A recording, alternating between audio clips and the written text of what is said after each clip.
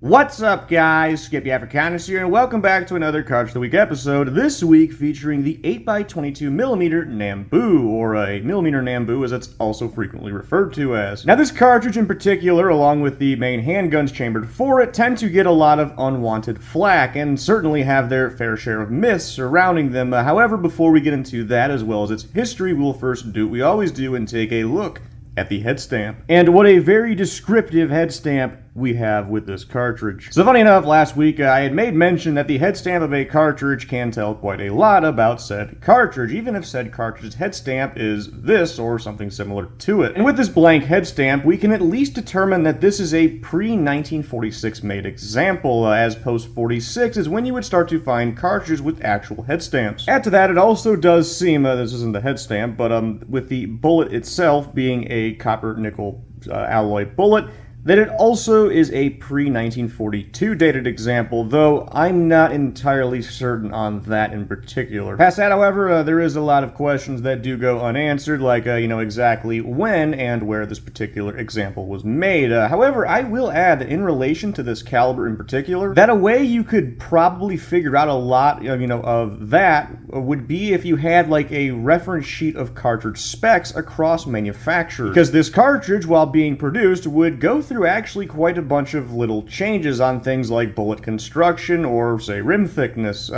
Granted, I don't think one could actually make that reference sheet, unfortunately. You would need, again, you would need specs from each factory, and then you would need them from different years, which you're not going to get that. I just thought it was something neat in relation to the cartridge that they tended to, change the specs up just a tiny bit. So now the 8mm Nambu was designed in 1902 for the Type A Nambu pistol, and though a definite step up from the Type 26 revolver in its 9x22R chambering, it wouldn't be until 1926 when it, along with the pistol chambered for, would be officially adopted, which, that being said, when adopted, they would be on the third iteration of Nambu pistol, the Type 14, so named so as its first year of production was the 14th year of the Taisho era. Now, although not officially adopted until 1926, the 8mm Nambu had already seen 22 years of military service, as the previous Type A Nambu was on the list of acceptable pistols for officers to purchase, and despite some of the shortcomings, mainly in the design of the pistol itself, they would be highly revered by their users in the years leading up to and after their official adoption. Japan would of course not be the only user, as pistols would be exported to both Siam and China. And in fact, initially, you may have considered that while going over this cartridge's lack of a head stamp and all that though we don't know the exact location it was made, that we can at least determine it was made in Japan. However, that's not necessarily true, as Siam would also produce their own ammunition. Now, Japan would use this cartridge throughout World War II, and it wouldn't stay in the previously mentioned Type A and Type 14 Nambu pistols, later finding itself in the very unjustly hated Type 94 Nambu in 1935, as well as the Type 100 machine gun in 1942. Now, of course, there would also exist prototype submachine guns in the chamberings as well that, didn't make the cut. My personal favorite being the Nambu Type 1, which, honestly, fixed the magazine a little bit, and, I think you really got something good going on here.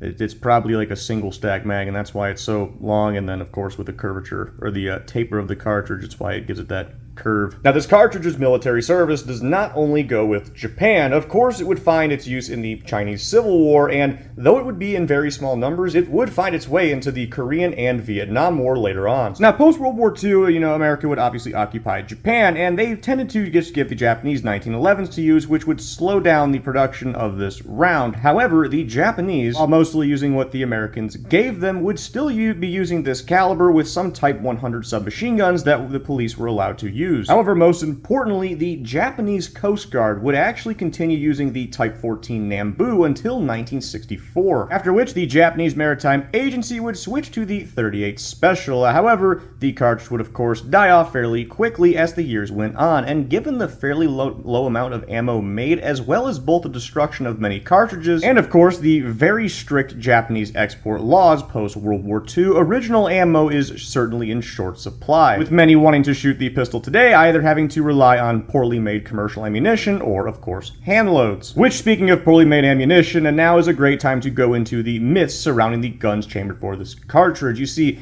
the Nambu series of pistols is often regarded as absolutely terrible. However, this is from Americans 80 plus years later, because the Japanese, as well as the other users of the pistol, absolutely love them. Now, there is some drawbacks with these handguns, namely things like the firing pins tend to have problems breaking, which is why soldiers, funny enough, would be issued with spare firing pins along with their pistols. However, the main reasons these guns are looked at as worse than they actually were is both poorly made ammunition and US propaganda spread amongst the ranks of the GIs during World War II. Firstly, we'll talk about the ammo. Much like the Nagant revolver, the majority of commercial ammo available is severely underpowered. Now, unlike the Nagant revolver, where this just gives you a wimpier shot, it also causes these guns to malfunction and, in a lot of cases, actual parts breakage in the pistols. When it comes to 8mm Nambu, now, I think there were some manufacturers that were making proper ammunition, but for the most part, you almost want to avoid shooting commercial-made ammo entirely. You're better off hand-loading.